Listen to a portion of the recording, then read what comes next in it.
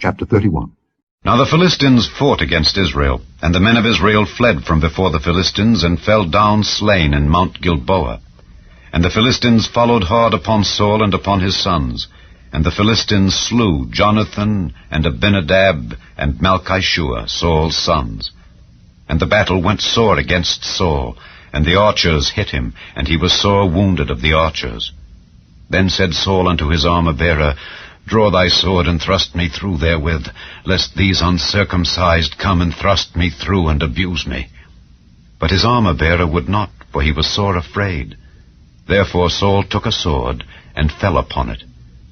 And when his armor-bearer saw that Saul was dead, he fell likewise upon his sword, and died with him. So Saul died, and his 3 sons, and his armor-bearer, and all his men, that same day together.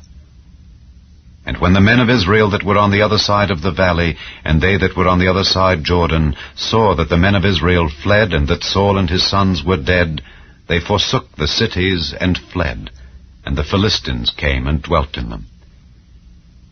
And it came to pass on the morrow, when the Philistines came to strip the slain, that they found Saul and his 3 sons fallen in Mount Gilboa.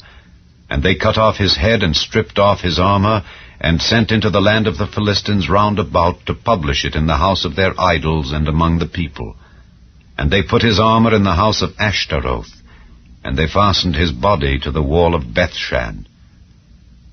And when the inhabitants of Jabesh-Gilead heard of that which the Philistines had done to Saul, all the valiant men arose, and went all night, and took the body of Saul and the bodies of his sons from the wall of Bethshan, and came to Jabesh, and burnt them there.